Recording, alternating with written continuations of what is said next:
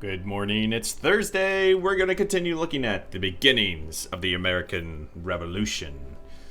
If you recall, yesterday we were looking at our first Continental Congress and what they were doing. We were also looking at the first battles of the American Revolution. And today we're going to continue at looking at how will the delegates at our Continental Congress respond and what's going to be a direct impact of the battles of Concord and Lexington. So, let's get to it. If you remember, when we were last together, we stopped at the Battle of Lexington and Concord. So make sure you open up your notes, find where we last left off, and what you should be looking for besides Battle of Lexington and Concord is this quick stuff here. Quick review was that, remember, the British were marching towards Concord and Lexington. At Concord, the Patriots had a hidden stash of weapons that they would then give to Minutemen in the need if there was a big conflict, which we are about to see. Yesterday, someone had a really good question in their exit ticket asking, how come the British kind of gave up? It doesn't sound right that they wouldn't search and search and search to try and find all the weapons. Well, here at Concord, the British were giving a tip that there's a supply of weapons here. The Patriots also had their own spies, who then gave them a tip that the British were arriving to take their guns. So they're going to move them to a totally new and different location further away. The British will search every house and building in this immediate area. And then remember, that's when they raged and burned stuff down because they found nothing. So today we're going to start with looking at our Second Continental Congress. I have a couple good brain breaks for you related to these actions and decisions. So let's get to it. Second Continental Congress. Make sure you write this down. You can highlight it, you can underline it, so that way it sticks out. Might be important later. So, one of the earliest things we're going to see happen here after this conflict is that King George III is going to refuse to address any of the problems, from Lexington and Concord to the taxation to the increasing tensions to more soldiers being sent. He's refusing to change anything or address these problems. These problems, if you remember yesterday, we talked about the Declaration of Rights was sent to the king. It wasn't the Declaration of Independence, that's a different document, but this one was a declaration asking for the king to recognize our rights. Also, we saw here, same 12 colonies are going to be meeting. Georgia still won't really be there quite yet, but in the near future, they will eventually join. And the delegates still are not unified on war and peace. There's still a pretty even split. And typically, your southern states are going to be leaning towards peace, whereas your northern states, like Massachusetts, are leaning towards war. They will have three major important actions that we will see here at the Second Continental Congress. The first of which was that the Continental Army is going to be created. And it's technically what is the very first American army. It's going to become later the U.S. Army. And to lead this army, all armies need a supreme commander. Today, the President of the United States is our supreme commander, but he has generals under him who are in charge of the military. George Washington would gain that title of the Supreme Commander of the United States Army, known here as the Continental Army. Also, delegates are going to send one last petition to the king, not by choice that it will be their last. The king will make it their last, but this is a final push for peace.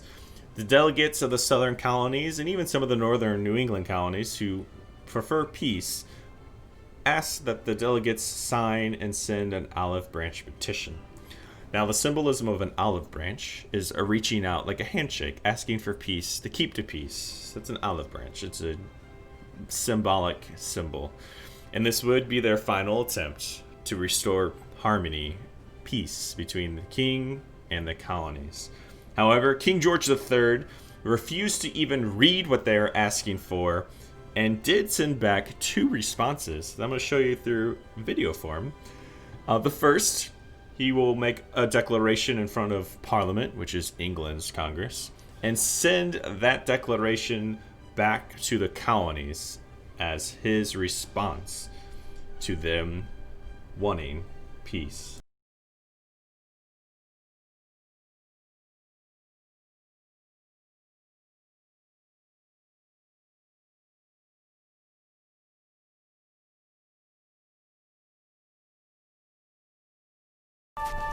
General Washington still awaits our reply to the problem of re-enlistments. The King's here. Now, he respectfully suggests that a salary be granted our soldiers commensurate with their sacrifice. But he has no money on hand to pay them. Tents, soap, shoes, and blankets are also greatly wanted. The Army recently took shipment of 50 crates of rifles, all without the flints required to shoot them. The proclamation by King George III.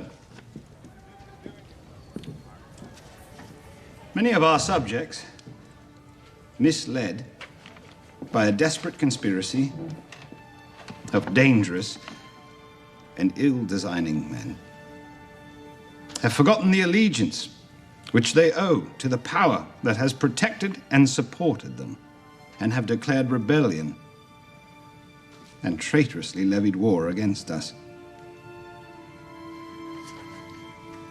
It is the better part of wisdom to put a speedy end to such disorders. We have thought fit to issue our royal proclamation that all our royal officers, both civil and military, are obliged to suppress such rebellion and bring the traitors to justice. When the unhappy and deluded multitude, against whom this force shall be directed, shall become sensible of their error, I shall be ready to receive the misled with tenderness and mercy. For those who persist in their treason,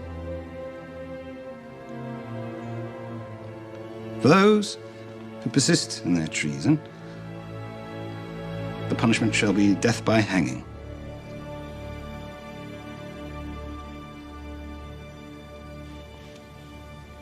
Given in Parliament this 26th day of October in the year 1775. God save the King. All right, so a dramatized version of the Olive Branch Petition's response from King George. As you saw here, the king brought up anyone who persists in wanting independence or to seek to correct things. All this stuff these delegates are doing would be labeled as traitors. So these gentlemen here are illegally fighting for representation in the king's eyes, and all of these gentlemen would be sentenced to death for treason. So now their backs are pushed against the wall. And so you could see kind of how everyone in this room, even though they were not all unified, had the same look of terror on their faces as they were basically just read a proclamation saying that they are all wanted men. The king will also send a second response. You don't need to write this last one down, but it's going to be in musical form. The king is also going to send a response of sending a fully armed battalion to remind him of his love. Remember how he said he will love those show them with mercy and compassion for those who see the error of their way. Well, to help convince them of it, he wrote this musical piece actually to help convince them. So here we go, ready?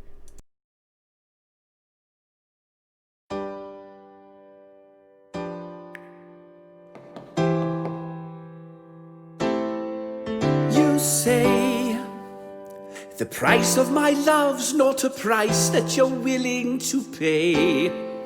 You cry in your tea, which you hurl in the sea when you see me go by.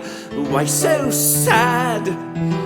Remember we made an arrangement when you went away. Now you're making me mad. Remember, despite our estrangement, I'm your man. You'll be back. Soon you'll see, you'll remember you belong to me. You'll be back, time will tell. You'll remember that I served you well. Oceans rise, empires fall. We have seen each other through it all. And when push comes to shove, I will send a fully armed battalion to remind you of my love. Da da da da da da da da da da.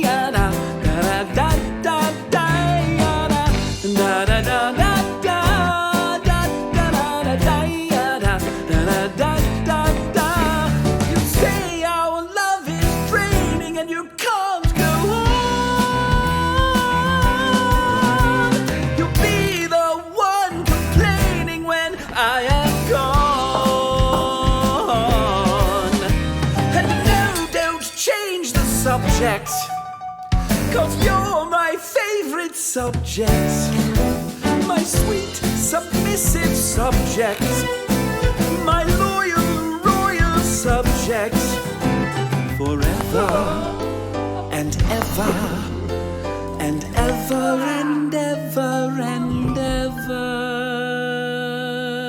You'll be back like before. I will fight the fight and win the war, for your love, for your praise, and I'll love you till my dying days. When you're gone, I'll go mad, so don't throw away this thing we had, 'cause when push comes to shove, I will kill your friends and family to remind you of my love. Da da da da da da da da da da da da da da da da da da da. Everybody. Da da da da da da da da da da da da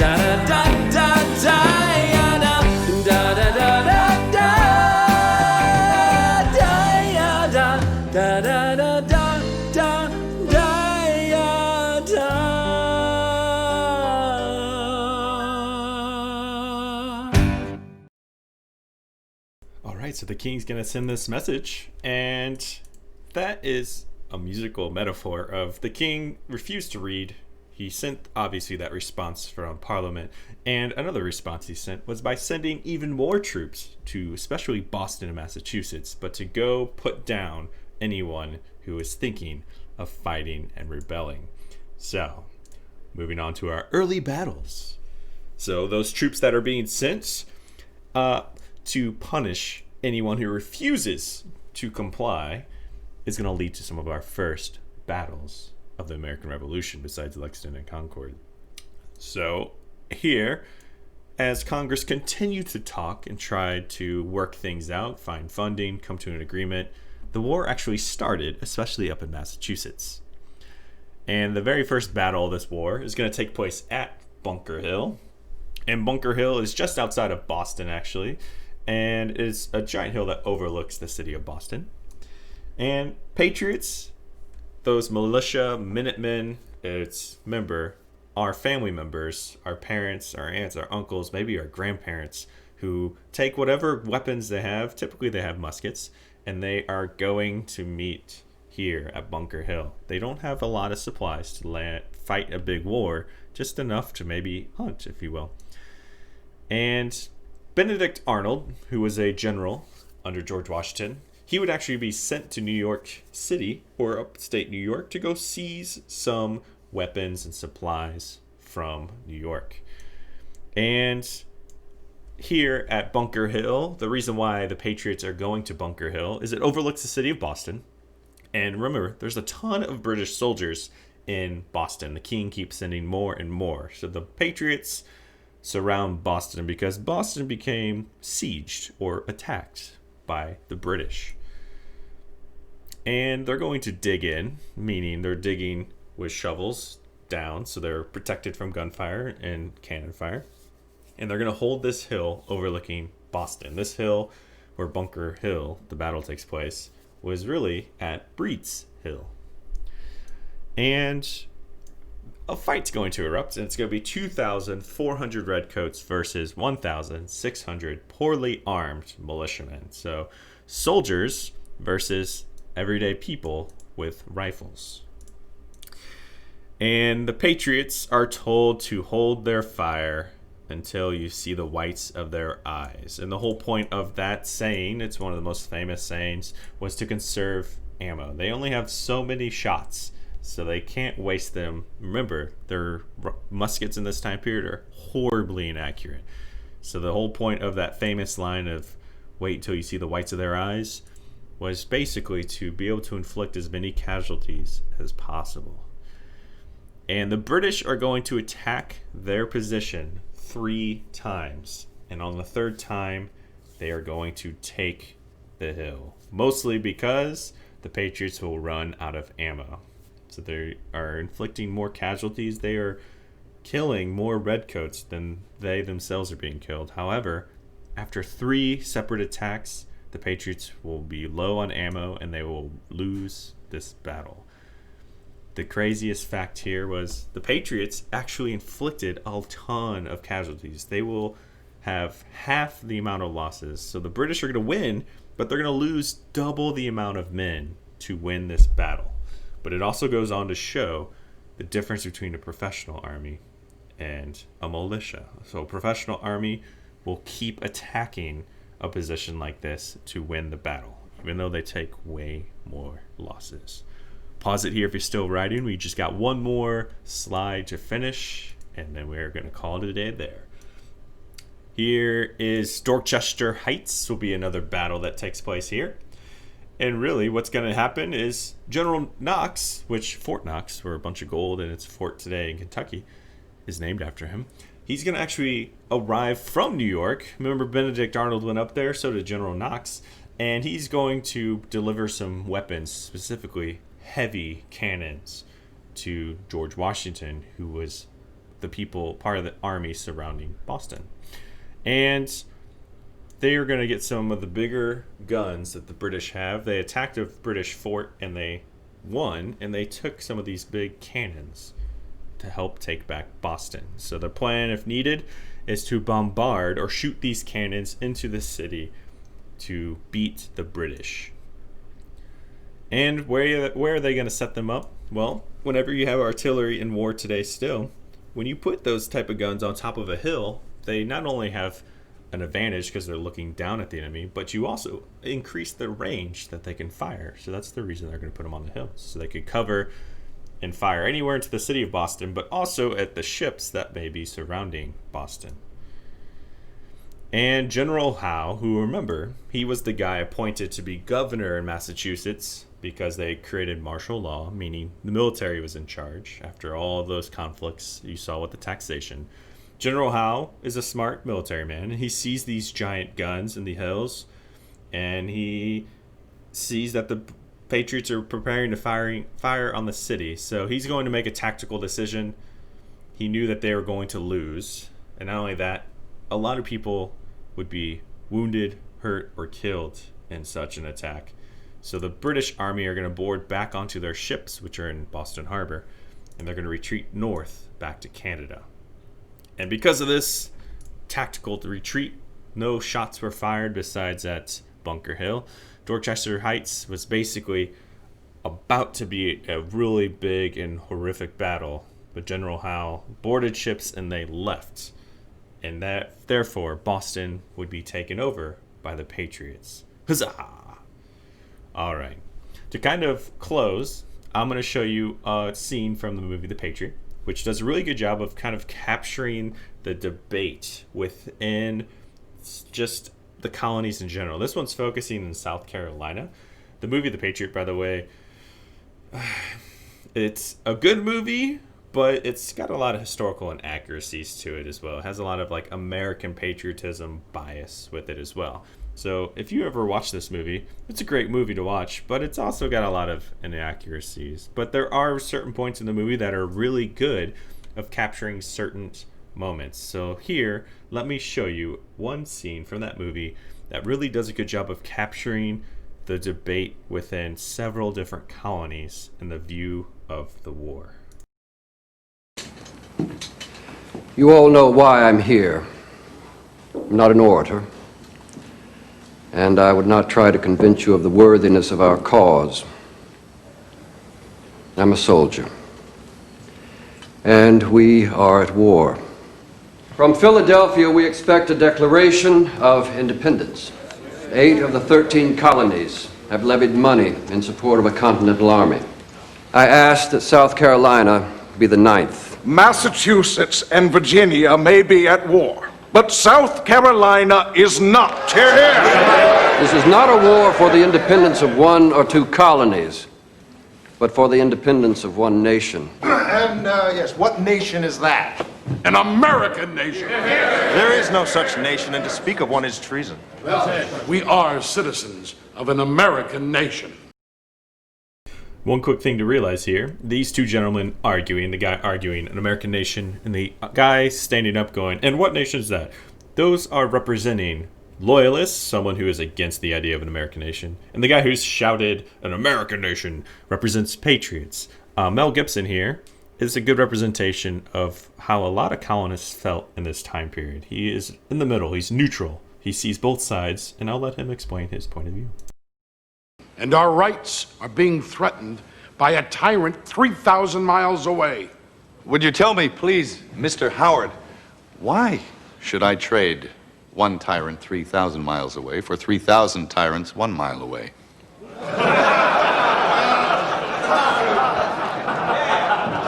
An elected legislature can trample a man's rights as easily as a king can.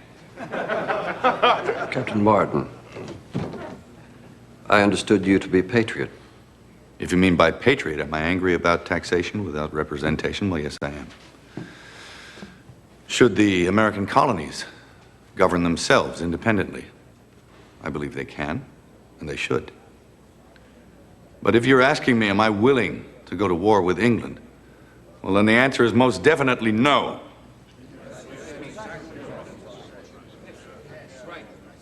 This from the same Captain Benjamin Martin, whose fury was so famous during the Wilderness Campaign? I was intemperate in my youth. Temperance can be a convenient disguise for fear. Mr. Middleton, I fought with Captain Martin under Washington in the French and Indian War. There's not a man in this room, or anywhere for that matter, to whom I would more willingly trust my life. There are alternatives to war. We take our case before the king. We plead with him. Yes, we've tried that. Well, then we try again and again, if necessary, to avoid a war. Benjamin, I was at Bunker Hill. The British advanced 3 times, and we killed over 700 of them at point-blank range, and still they took the ground. That is the measure of their resolve. Now, if your principles dictate independence, then war is the only way. It has come to that. I have 7 children. My wife is dead. Now, who's to care for them if I go to war?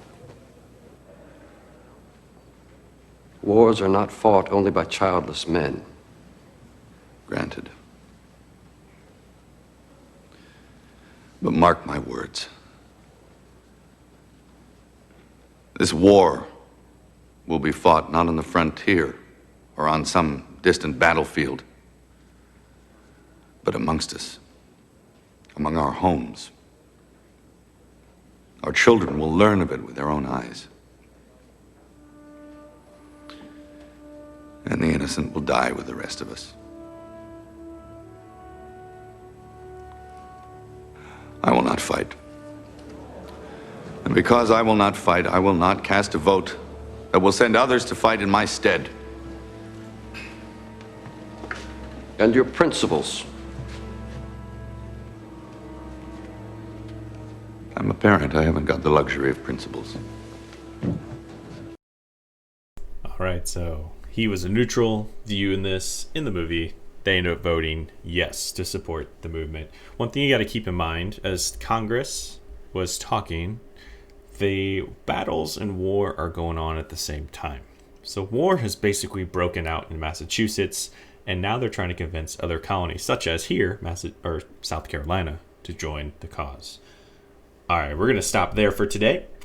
Tomorrow, we're going to start looking into section 2, where we're going to really start looking at the beginning of the war. So yes, the war technically starts here, but for all of the colonies, this next chapter is really going to focus on the major conflicts and battles that are going to take place. So tomorrow, we'll kind of start getting into that. And depending on if we're in person next week or if we're not, we'll kind of see where we go from there. But that's where I'm going to stop today. And thanks for watching and following along. And you don't forget to submit a photo or the document in which you have been taking your notes on. Have a good rest of your day, and I will see you tomorrow for our live class. Bye.